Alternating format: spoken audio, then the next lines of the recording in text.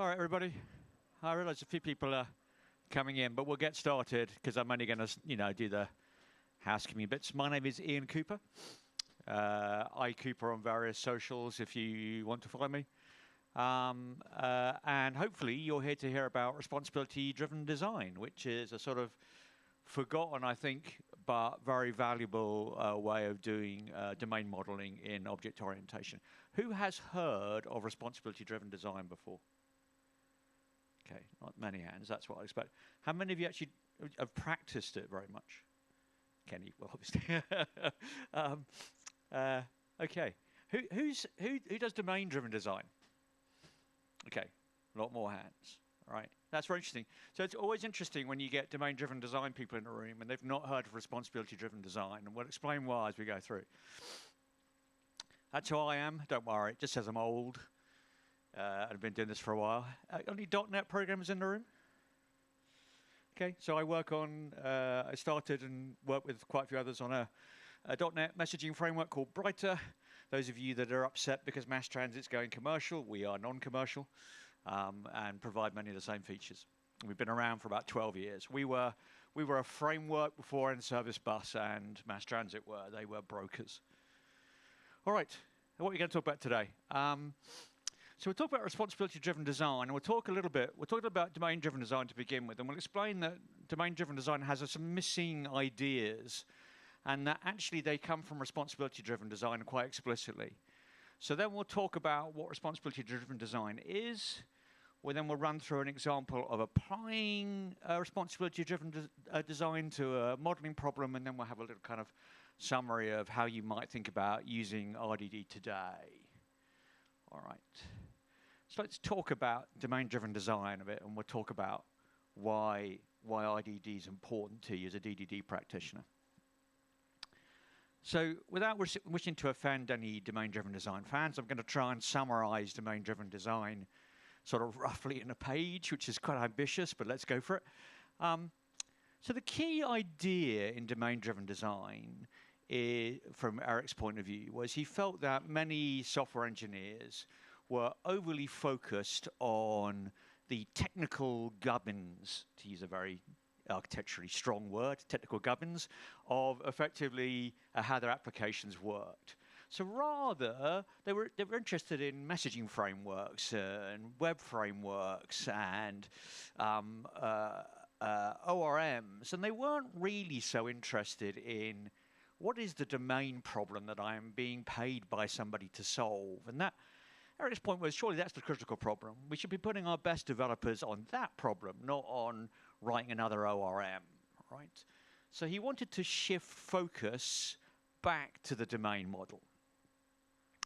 One of the ways he tries to do that is suggesting that we kind of isolate our domain model that's concerned with business concerns from our, if you like, application model, which is concerned with the technology concerns of how we effectively give that data to users or talk to databases or messaging systems.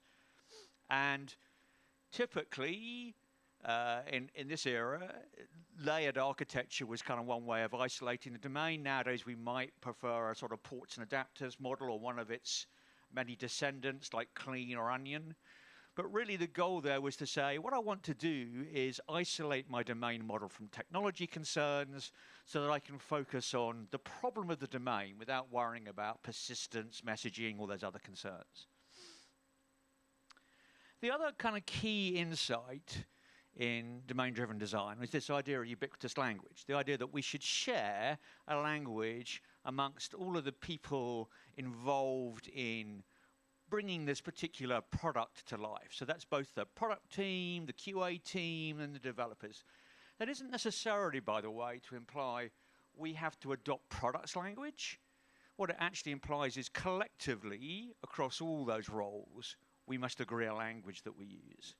One of the things that I think that some of you who have like slightly less gray in your hair don't really kind of know is that when domain-driven design emerges in about 2004, previously, under models of, say, rational unified process and use cases and things that were very prevalent in the 90s, there had been separate models.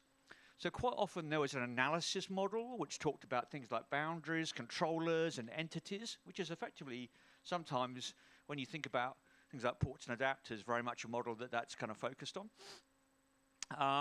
And that was different from, for potentially, your design model, which would maybe be written in UML, which again potentially was different to what the code actually looked like. And one of Eric's key insights was stop having multiple models. Have a single model defined by the ubiquitous language, which operates at all the levels of the software. So there is no dissonance where you have to do this translation between models. And famously, perhaps, what DDD then offers us as well is a whole set of well-known patterns: aggregates, entities, value objects, factories, repositories, services. These are the kind of building blocks that when people typically talk about domain-driven design on social media or online, everyone starts talking about aggregates and repositories, and when we have fights over, is the repository pattern basically an anti-pattern, etc., and people get very excited. Generally speaking, things like repository exist to isolate your domain, right? But there's kind of a little bit of a missing thing here. When we think about those patterns that Eric is giving us, mostly, and I'm again going to offend some DDD people, but mostly they're concerned with things like the lifetime of domain object, right? So typically the idea is that, there's even, a beautiful little diagram in DDD. The objects quite often, if they're particularly an aggregate, may be born in a factory because we want to make sure that any invariants are preserved at their birth. They live in a repository, so we have some abstraction over the idea that there is outside of our domain some notion of persistence.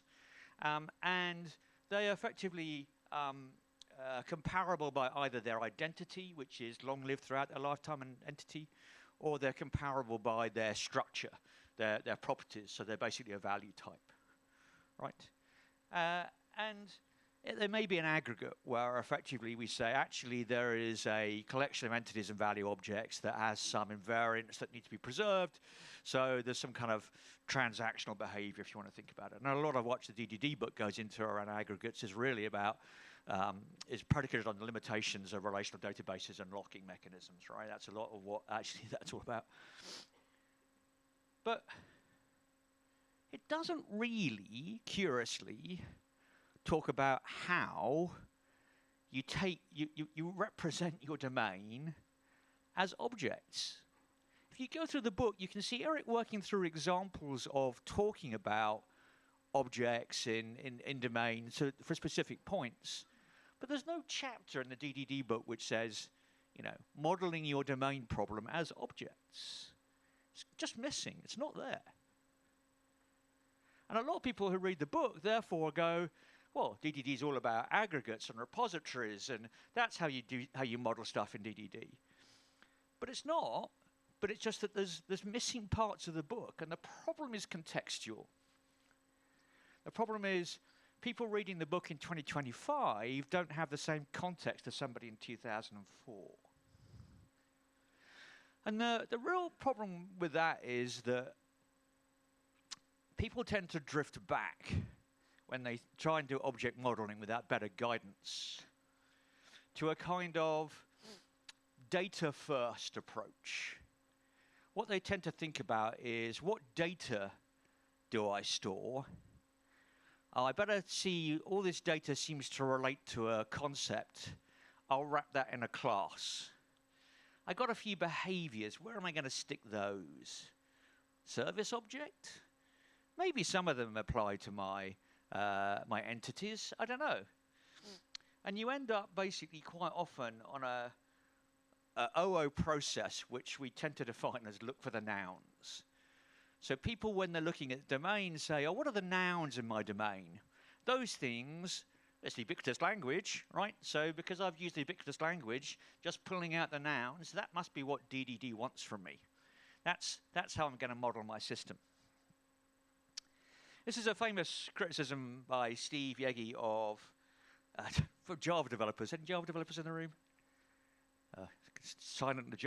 Oh yeah, one of them over there. I'm so sorry. But Steve basically said, object-oriented programming puts the nouns first and foremost. Why would you go to such lengths to put one part of speech on a pedestal? Why should one kind of concept take precedence over another? It's not as though OOP has suddenly made verbs less important in the way we actually think. It's a strangely skewed perspective. As my friend Jakob Gabrielson once put it, advocating object-oriented programming is like advocating pants-oriented programming. It's a bit unfair because actually, from about the late 80s on, that's not been how you're supposed to be doing object-oriented modeling. But we kind of somewhere in the 2000s, flushed with excitement about the Green Book of domain-driven design, kind of forgot all the stuff that people in the 90s knew, and that was the context in which the domain-driven design book was released. And much of the book, some of the reason it's hard to read in 2025, is it's actually talking about things that people contextually understood. It's an argument about how we were doing stuff up to then.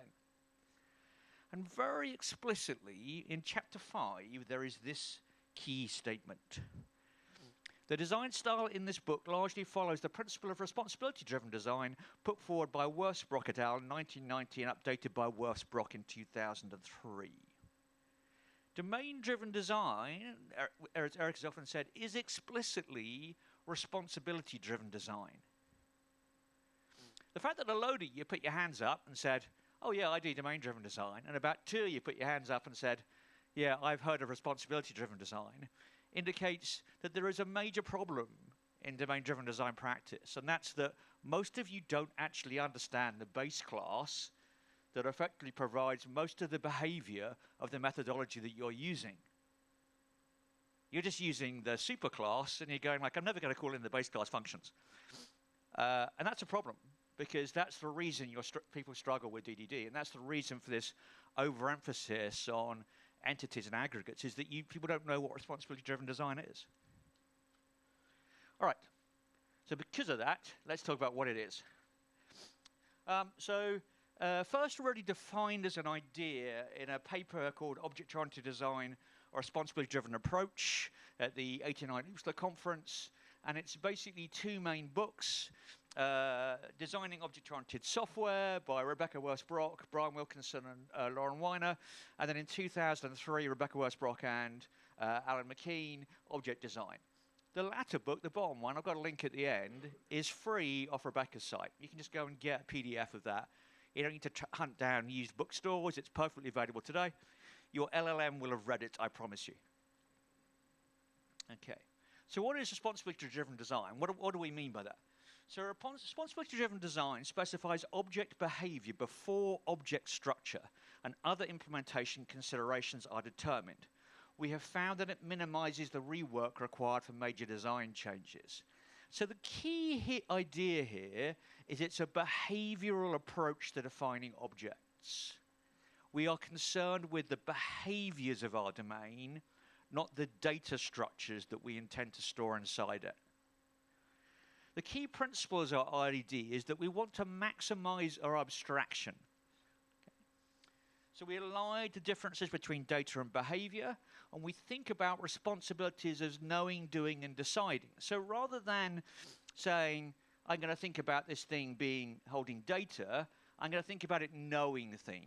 That is one of its responsibilities, maybe to know important things for me, as well as doing things and deciding things.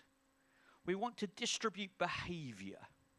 So a good way of summarizing this is we want lots of small collaborating objects rather than big God objects that effectively have all the behavior. A typical problem with OO is that a lot of OO gets written still in a very procedural style. You have classes that are little more than data structures that contain data, and big God service objects that effectively hold all the behavior which everything runs through. And we deliberately don't want that style. We don't want that very centralized control style. We want what's typically called a delegated control style. We'll come back to that in a little bit. So we effectively want to distribute the behaviors of our domain to objects basically within that domain. And we want to basically preserve our flexibility. And the general assumption is that when we model behaviors, that becomes much easier. All right, so typically when we think about modeling a system via responsibility-driven design, there are a number of pieces. Application, so this is really just a broad, what do we mean by application? It's a set of interacting objects. So objects are the implementation of one or more roles. What are roles? Roles are a set of related responsibilities that can be used interchangeably. In other words, many objects may implement that role. A responsibility, an obligation to perform a task or no information. So roles consist of responsibilities, collaborations, which are effectively interactions between one or more roles, right? So these things don't exist in isolation, they'll talk to each other, and contracts, which are agreements between collaborators. So just a kind of little bit of a refresher. That's got a weird color. What do we mean by an object? So objects basically are co-location of state and behavior. The behavior is what the object exposes. The state is the things that the object needs to track. Typically, the idea is I expose some behavior, and that behavior is about things that I know about, so I'll track those things. We have some notion typically of inheritance and composition. We can inherit effectively our behavior from other types, or we can implement certain interface to say that we express that particular behavior. And we can also compose other objects to delegate how we implement something. And typically, objects, we think about them communicating by message passing. Really, that's just to you and I, that's a method call. But notionally, it is one object sending a message to another object. And dynamic dispatch is this idea that I can call a behavior and have it basically satisfied by a given implementation, even though I don't know the details of the implementation, I just know the base type, right? That's our classic object model. Hopefully that's a refresher for you. So what's a responsibility? The more interesting stuff, right? It's the behavioral contract for an object. So it's about knowing something. I know about some important information. Typically, in most systems, we can think about knowing as really being about knowing about resources, things that this application manages that I'm responsible for helping to manage, and activities. So work that is ongoing that I need to think about. The other sort of concept we want to think about is doing something. So typically the other behavior I might expose is I know how to do something. I know how to calculate your tax. I know how to calculate your delivery costs. I know how to decide basically who is in our promotion bracket this year or whatever. And deciding something, right? So deciding is really, I guess some of those doings are a bit more deciding. Deciding is effectively I have some kind of rules process, which means that I can make choices for you. And typically, those are the behaviors we will see. They'll fall into one of those buckets. And responsibilities aren't particularly necessary methods. When we think about modeling and we start expanding responsibilities to what we're going to call candidates, there's not a one-to-one mapping. We're not saying everything is basically a method. So for example, I may know things, but I don't expose a method about them because I don't want to basically just expose all of my data to every person outside me. I may want them to effectively call a doing or deciding method in order to interact with the data that I own. So a role is a set of related responsibilities. Related is a key word there, right? My object basically wants to have effectively things that relate to the same responsibility, right? So abstraction is targeted by collaboration. So role can be used interchangeably. Multiple objects can play a role. This is this classic idea of a base class or an interface being expressed, right? It's this idea that multiple things in the system may fulfill a given role. An object may have multiple roles, right? You may fit in. You may actually own multiple things that you do. That becomes more common typically when you also begin to address, you're part of a framework or whatever. In which case you may have roles you have to fulfill to fit in with that particular framework, and it may be expressed as an abstract type or interface. Typically, that's to do with whether or not multiple implementers of that role exist.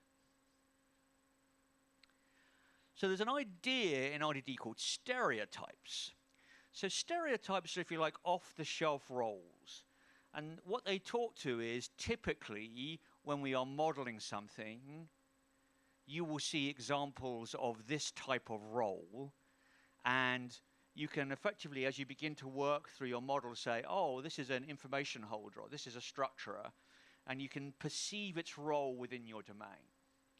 Stereotypes are a little bit dangerous because there can be a tendency when you first start using something like RDD to just see things through the lens of stereotypes.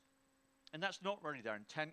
Generally, if you've got a stereotype, you may want to think about other roles that are domain related. But that's just a sort of RDD danger, is stereotypes can be something that you over-focus on. Right. So, what are the stereotypes? So the most typical one you'll see a lot of is information holder. So I know, provide, calculate information. So the kind of things you may be used to from domain-driven design, like aggregates and domain events, entities, value objects, but also things from other areas like command objects and measurements, the model from a model value controller, data transfer objects. They're all things whose job is to store information and hold it. Structures. So structure's role is to maintain the relationship between objects and information about those relationships. So a hash set is effectively a structurer, right? Any type of collection is essentially a structure, but aggregates are a structure. They exist to preserve invariance amongst the members of the aggregate. But a repository is essentially also a structure. It's an abstraction over an idea of a collection. It's pretty common. So a service provider is what does the work, right? A thing that essentially does work in the system. So domain services, entities though, because they'll typically have behaviors on them as well. Repositories, because they can have queries on them and therefore effectively they provide behaviors. But things like request handlers or parsers, these are the things that effectively are doing the work in your system. We'll do these two together. So coordinators and controllers are ways effectively of providing orchestration inside your domain. So a coordinator typically is fairly dumb. It just says, hey, this thing has happened. I know how to effectively, who to give that to in order that that's going to be carried out. So things like request dispatchers or message pumps, where typically your job is to take some work, hand it to a thing that can basically deal with it. But you're fairly dumb. And controllers, which essentially say, my job is effectively to direct action. So it's more like controlling a workflow, right? Slightly confusingly, in sort of modern parlance, when people think about, say, model view controller, and they tend to think about, say, web controllers, arguably I would say those controllers are a lot more like coordinators in this model than actual controllers. Controllers here understand logic a lot more and will eventually control a sequence of steps, etc. So just be wary of that. Interfaces. So interfaces essentially say, I want to separate two things, right? So a facade or a gateway, but also interfaces are also used to describe, say, a UI or element, for example, a web page or a view that basically allows a person to interact with you. And typically, what we'll find is that object stereotypes cluster in certain parts of our application. So if I'm building a typical sort of ports and adapter style model, excuse me, with a driver side and a driven side, what I typically find is that on my driver side, there are some controllers or interfaces that essentially are bringing in my interaction with the outside world. They typically talk to controllers and coordinators that then orchestrate the involvement of my information holders and service providers and structures to do the actual work. And on the driven side, Typically, I've got interfaces to things like databases, file systems, messaging systems, and I may have structurers and coordinators that sit in front of them, or I may just go straight to interfaces. And that's typically the kind of clustering that you would see of where those roles tend to take shape. So if you're focused on domain-driven design, you might think, oh, well, probably interfaces are less useful to me, and many of the coordinators and controllers and structures live at the port. That's not entirely true. The roles these things have do spread. We'll talk a little bit about where interfaces may exist in a second. But also, typically, if you're running an orchestration inside, you may have some kind of controllers and coordinators. So it's not as quite as specific as this model. Objects collaborate. Right, obviously, if I'm going to have a system that has domain logic in more than one place, I'm going to end up with multiple objects talking to each other. So this object, which knows information and responds to messages, is going to send a message because it can't complete the work all on its own to another object to collaborate with it. When objects collaborate, we tend to think about them collaborating in neighborhoods. So a neighborhood is really a cluster of objects which have clustered around a use case or a feature and provide that. Often, we don't want to expose and couple all of the parts of that object neighborhood to other object neighborhoods. So we will use an interface stereotype, typically some kind of facade, to act as basically a way for other neighborhoods to talk to this neighborhood if they need to and direct their traffic through a narrower section. That makes the rest of the neighborhood easier to change. Those of you who are fans of vertical slices as an architecture may want to recognize that vertical slices are really just another name for object neighborhoods. And one of the things that will help you understand is that within your domain model, right, inside your ports, if you like, of ports and adapters, you can have object neighborhoods. So you can essentially don't have to have it's not vertical slice versus ports and adapters. That's a kind of false dichotomy. Really, you want to think about object neighborhoods inside your domain model. They express contracts. The ways in which a given client can interact with a given server are described by a contract. A contract is the list of requests that a client can make to a server. Both must fulfill the contract, the client by making those requests the contract specifies, and the server by responding appropriately to those requests. For each such request, a set of signatures serves as the formal specification of the contract. So really, this is a little bit, you might think just about, well, what are the methods that I'm going to expose? What are the behaviors my object expose? But it's also, beyond the type, about the information like preconditions and postconditions, right? What assertions do I have to make about the state you must be in before you can call this, or the state I must be in before you call me, and what guarantees do I make to you about what will happen as a result of that call? So typically, it's contracts are one of the bits about objects that everybody kind of forgets. Very much an emphasis of Bertram Meyer, but contracts are explicit within objects in terms of what you make calls to. And we can think about classes that view its clients identically as having a single contract. Subclasses effectively should implement that contract. Basically, if a parent gives it to them, you can extend a contract by adding new behaviors if you need to. And you can basically have multiple contracts, multiple interfaces or abstract types if you want to be used differently by different people. Sometimes called the interface segregation principle, the idea that you don't have to have one big interface or etc. You can have many. In other words, if I have many roles, some of you may care about one role, not another. I should have separate interfaces for those roles. Control styles. So control styles really talk about who directs the operation. How many controllers and coordinators do I have? So in a centralized style, generally you have some kind of God object dealing with a whole lot of anemic domain objects. We don't really want that.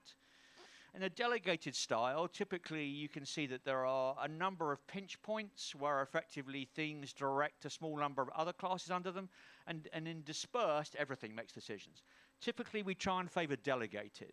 So you've got some key classes here, you'll see that more clearly in the example we're going to give you, that effectively own parts of the responsibility of the system, which may have some small collaborating objects that help them. So key RDD concepts to think about. Responsibilities, we are driving our modeling by thinking about the responsibilities that things own. A responsibility basically can be clustered together into a role, so we can think about them in a more granular context, and there are stereotypes which represent well understood roles, but don't limit yourself to stereotypes, don't get stereotype happy. Objects have collaborations, we'll want to think about and model those, as you'll see in a little bit, and they basically fulfill contracts. And overall, we are seeking a delegated control style. Okay, how do we do this? So, some of you who are carefully observant of my social media know that as well as talking about tech, I also write some tabletop role-playing game stuff. And we just got a new game out that I'm one of the authors of called Quest Worlds. Well, it's a new edition of the game.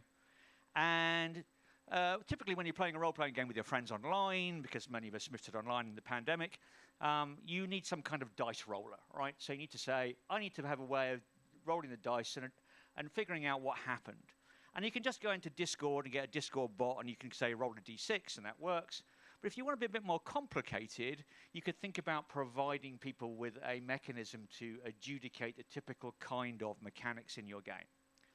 So, in Quest Worlds, we have an idea that says when your PC wants to do something, then the GM defines basically that is going to be hard, we're going to roll the dice. We have a notion called a contest. And so the idea here is to model, as a simple domain problem, a group that wants to effectively do that online on a web page. So in the first sort of like picture, the GM's going to go in and he's just going to basically give a name to his group, press a button to basically start, and we will generate effectively a session for them. And they can basically get a URL with a GUID, and they can kind of, because there's no real PII, they can share that with their friends, they can all log into the same web page. And as the game progresses, at a certain point when they want to use the dice to resolve a particular conflict, they can create a contest. So a contest has a prize, which basically is what's at stake. There's a resistance set by the GM, so what is the target number the GM's going to roll his D20, so it's all D20 based D20 against. There's a PC, the player's character who wants to solve a problem. They're going to effectively say, well, who are they and what is the number they have to solve that problem. There's a set of modifiers we can apply, augments, hindrances, stretches, and situational. So augments are bonuses, hindrances are penalties, stretches are penalties, and situational is the GM gives you a bonus. And you can press the button and it will tell you the outcome of the contest. Did you win or lose? What was at stake? How well did you win or lose? And what are the benefits or consequences? I don't need to teach you to play Quest Worlds, but it's a nice, simple problem for us to solve in a domain. We can kind of solve most of it. So the first thing we want to do generally in an RDD model is do what we call write a design story. Now we'll assume that off camera, because we haven't got enough time to discuss everything, that someone's done some UX design better than mine. There's a reason I'm a back-end developer. And that you've got captured user stories or use cases. So in this era, RDD's written, you hear them talk about use cases a lot, but user stories are typically the more modern variant. But the first thing you're invited to do is write a design story, which is just essentially a paragraph or two saying, let's basically write down what is the central purpose of this system, who's involved, what are they going to do, how the system treats them, right? It's not a spec, it's just a little, it's like a summary script. So here we're going to say, a GM wants to run a Quest Worlds contest with a player. They open the Quest Worlds website and generate a session ID which they share with their players. The GM creates a new contest by entering the prize and setting the target number for the resistance. A player joins the session and records an ability they believe will help them overcome the obstacle in its rating. The GM determines any stretch, situational modifiers, hindrances, and augments. The system rolls a d20 for both the GM and the player, that should say. The system evaluates the results, adjudicates the winner, and determines possible consequences or benefits. The outcome is shared with the GM and the player, right? So that is a simple sort of one paragraph expression of what we are trying to build. Okay. So our first step is to look for themes. So the themes I think of as, what are the key areas of this system that we're going to have to model? What things might we begin to think about almost like as object neighborhoods or features, right? And in addition to themes, within the themes, as we search for objects, we're also going to want to think about different perspectives. So the perspectives we're going to think about are things like what the work we perform, the things that directly affected or connected to the application. So do we have any machinery, sensors, that kind of thing? We're going to want to think about the information that we essentially are storing in the system that flows to the system.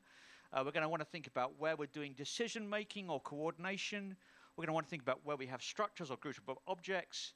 And we're going to think about representations of real world things in our domain. So some of these are the stereotypes. Some of these are thinking about, as we begin to talk about the language of our domain, what are the key concepts that pop out. We can kind of draw up a chart. So here, when I think about that design story, for example, typical themes, well, we talked about session creation, right? Talked about facilitating a GM creating a session to share with their players. Talked about what we, in a ubiquitous language of quest worlds, we would call contest framing. So typically the idea of setting up a contest with a prize and between the player character and the GM, right? Talked about dice rolling, this idea that we want to generate a random number and use that to evaluate basically what's happening. And we also think about basically adjudication, right? Given these dice rolls, given the target numbers, what is the outcome? What happens? We then can proceed towards finding candidates. Now, responsibility-driven design in its modeling phase talks a lot about candidates, not classes. And the reason for that is we want to basically understand this as an iterative process. We're going to refine this as we go through. If we're doing this in DDD terms, we're trying to remember that we're building our ubiquitous language when we do that. Many of our candidates will be expressions of the ubiquitous language we share with people. And we describe the candidates by what they do, not how they're implemented. So we think, what role is this performing in the overall system, right?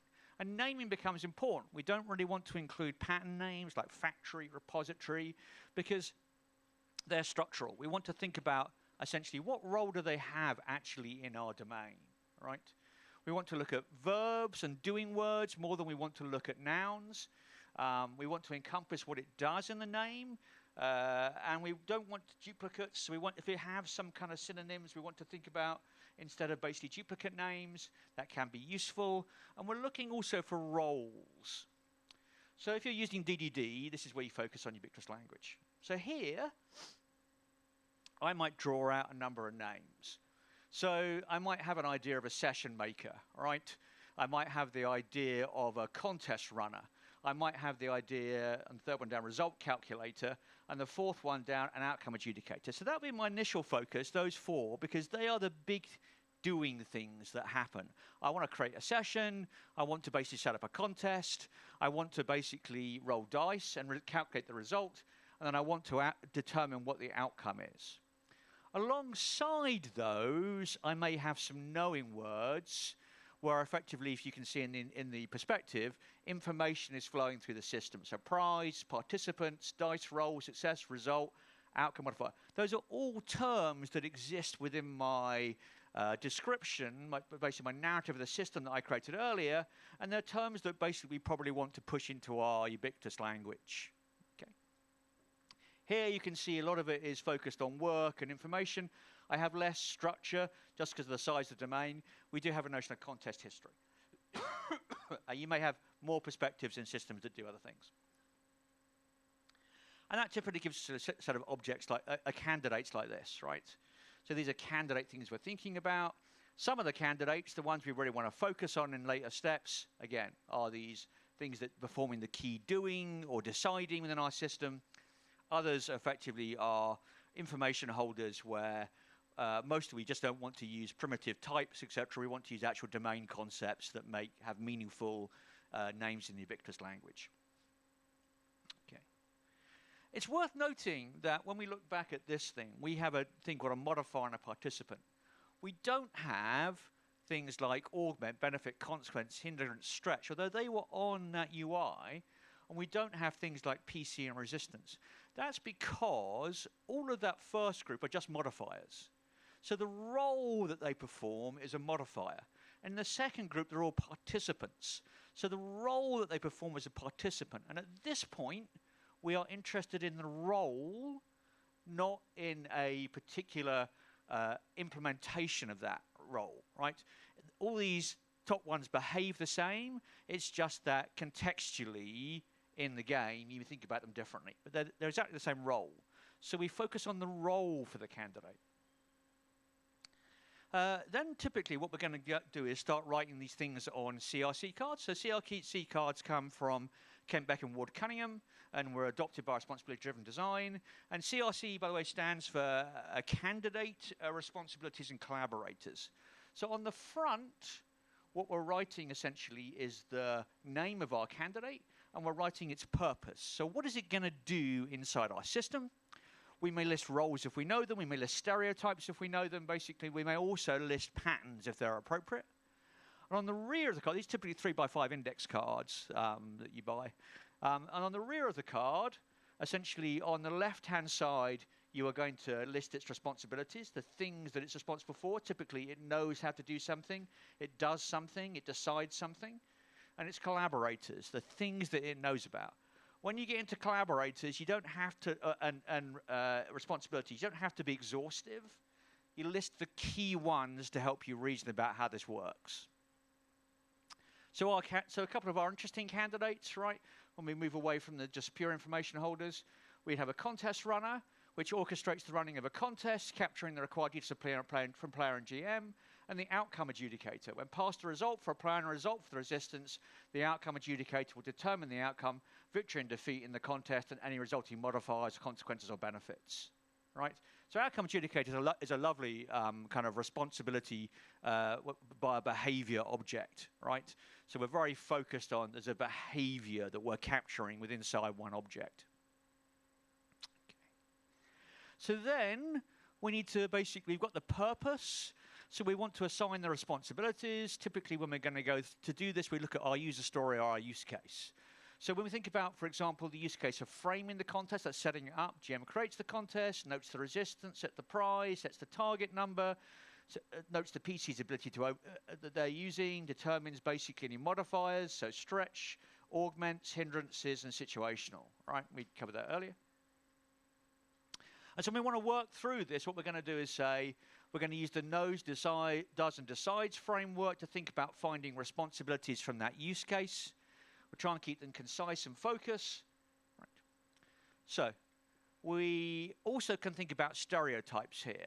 So we can think about service providers do things, interfaces translate, information holders know things, controllers direct, coordinators delegate, and structures manage. And they may also help us find what kind of responsibilities we need to allocate to our classes. So we can picture, I won't go through all of it just in sake of time. We can think about those candidates that we have with purposes and think about, well, what responsibilities do they hold? So you can see there's quite a few information holders that know stuff. But if you look in the top left, you can see the contest runner, which does the job of facilitating the contest. You can see second row down, you can see outcome adjudicator, does the job of evaluating the contest outcome. You can see result calculator in the third row, knows how to turn a dice result into a result. You can also see session maker, manages creation. So those are the kind of responsibilities that we know from our design narrative that we need to assign. And then essentially we just record those back on our CRC card. So here we know that the outcome adjudicator knows how to play a result, knows resistance result, calculates the outcome, and contest runner knows the prize, resistance, PC, target numbers, modifiers, and the contest. All right.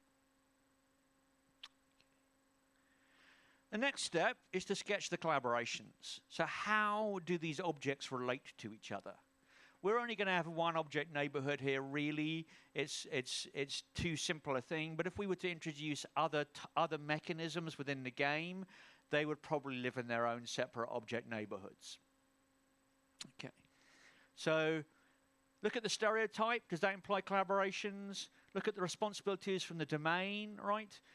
If actually you have really a whole load of complexity, do you need to break it up? You'll see that we had a result calculator and a dice roller, right? We broke up some of those responsibilities because we felt that there were too much for anything to have. And we sketch those out.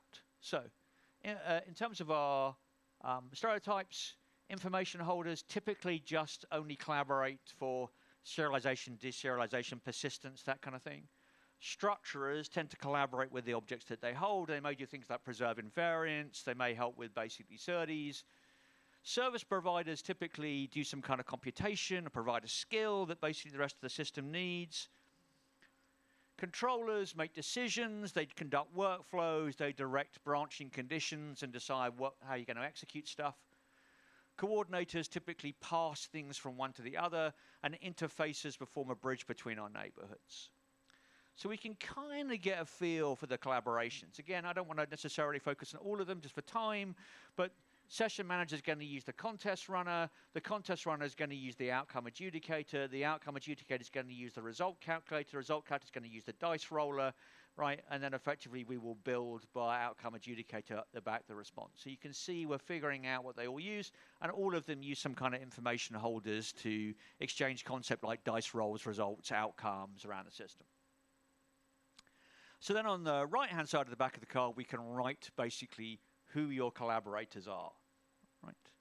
And again, typically there will be things which you are either you are composing effectively into your object, essentially when you build the actual class from this. Then we're going to talk about simulating collaborations. This is the most fun bit. So simulating collaboration. So typically you do this with some other people in your team, and what you're going to do is effectively try and run the use case. And you typically want to hand cards to everybody in the group that represent some of those candidates. You really want to give everybody some doer candidates, some service providers. You don't want someone to have just information holders because they get a bit bored. We'll come back to how this works in a second. So typically to run a collaboration, we set a goal. So we may want to look at, for example, framing a contest would be our goal in the simulation that we're going to run. And then basically we need to set boundaries, the limits to the simulation, right? So we may say, we're not worried about basically what happens at persistence. We're not worried about what happens basically in terms of a HTTP call. We just want to focus on the domain model. And it's up to us what boundaries you want to set. Everybody gets some candidates. And then what we do is we literally just talk it through. Typically, you see a ball here. Well, quite often you throw a ball at each other gently, unless you don't like your colleagues. So typically, you've got a set of cards. So I might have, for example, the outcome adjudicator. And when it gets to the point in the use case flow, when we're trying to map out how we would do this, someone would pass me the ball, and I would describe what I do. And I might go, oh, I'm the outcome adjudicator. So because you've passed me 2 dice results, I will determine the outcome level from that, right? And I pass the ball back to the next person. You literally watch the flow between the objects by passing the ball. At this point, you will find yourself tearing up half your cards and writing new ones. That's why they're on index cards, because you go, oh, gosh, that's not right. We just split this into two, or this doesn't seem right, or adding new cards.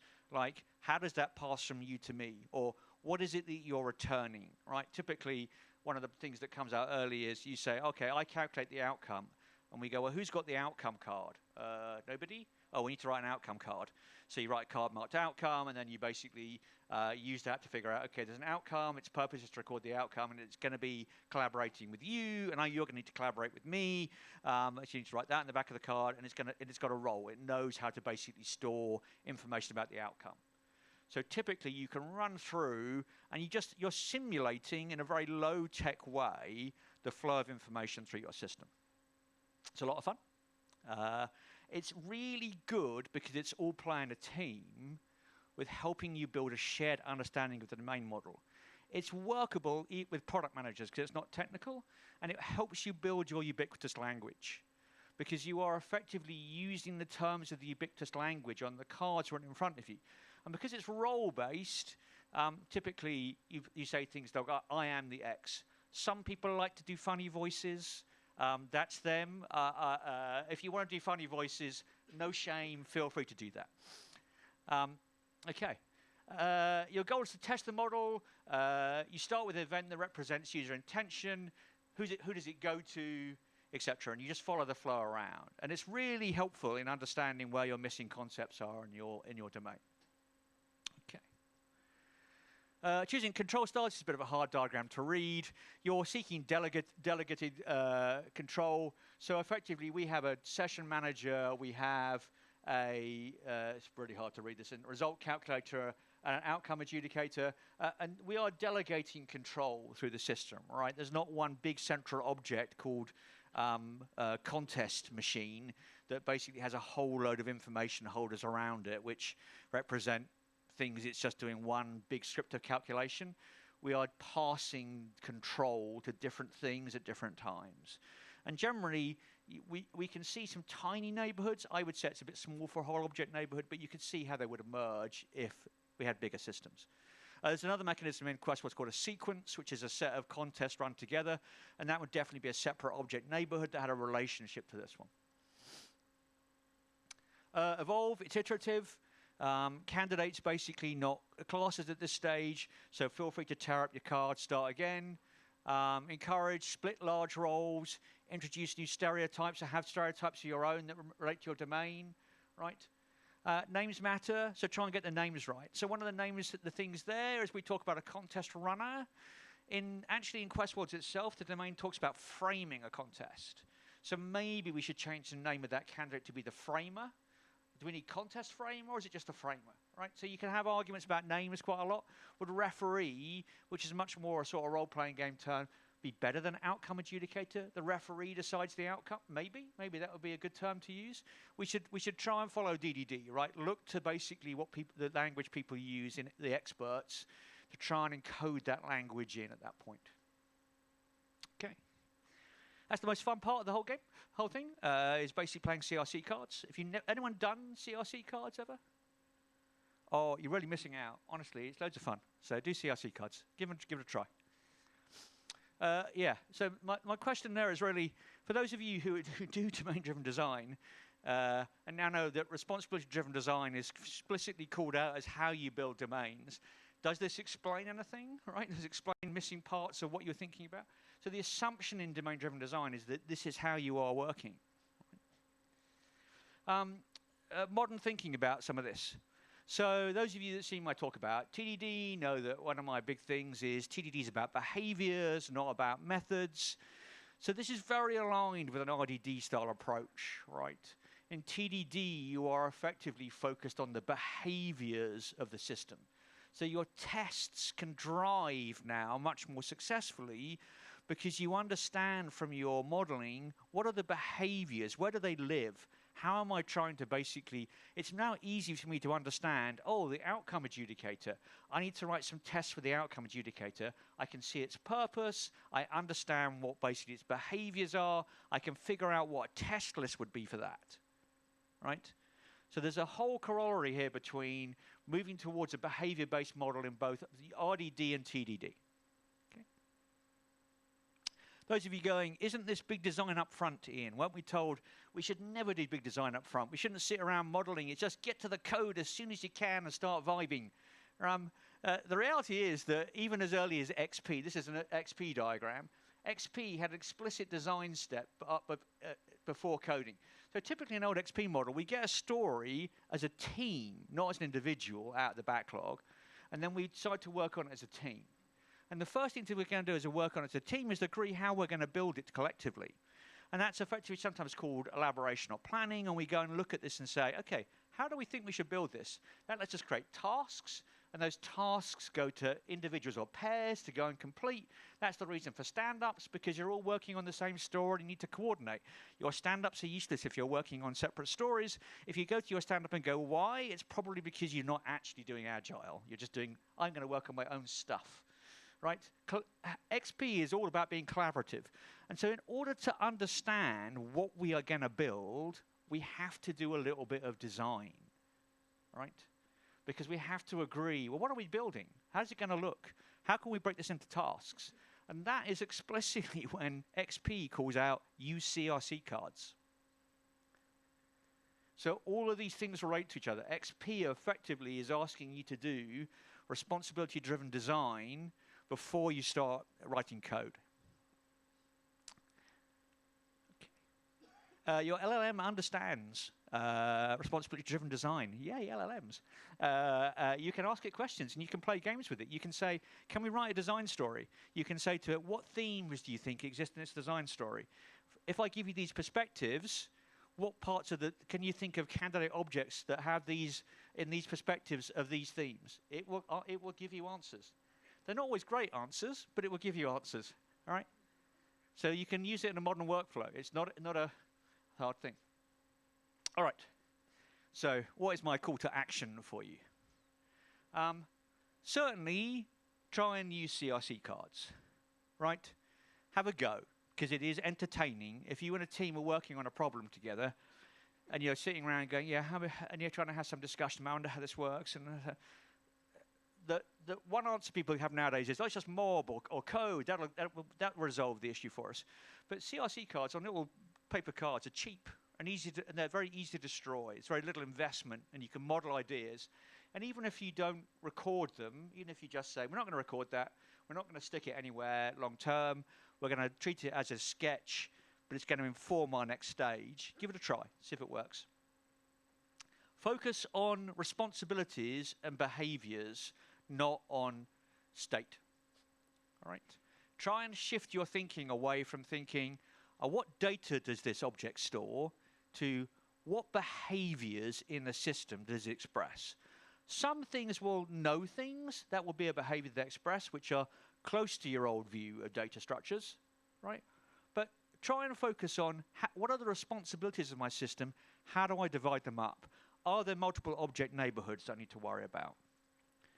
All right? And reinforce that by focusing your tests on behaviors, right, and not on methods. As I say, key sort of information, Designing Object-Oriented Software, the original book. I think the Internet Archive has a copy, but you have to kind of click through to read it. It's up to you whether you find that easy. On Rebecca's site, she has a copy of Object Design in a PDF. You just download it. It is from Rebecca. It is perfectly legit. All right, you can download it and read it for free. You can download it and give it to your LLM and tell your LLM to read it for you and summarize it if you like. And domain-driven design is effectively the thing I want you to try and capture. It's built on this foundation. This is the key that unlocks the missing pieces. It's not just about entities, value, objects, and that kind of thing. It is about basically how you use the tools that responsibility-driven design gives you. It's saying, focus on basically the domain, ignore the rest of the application. When you model, think about ubiquitous language. All right. Thank you very much.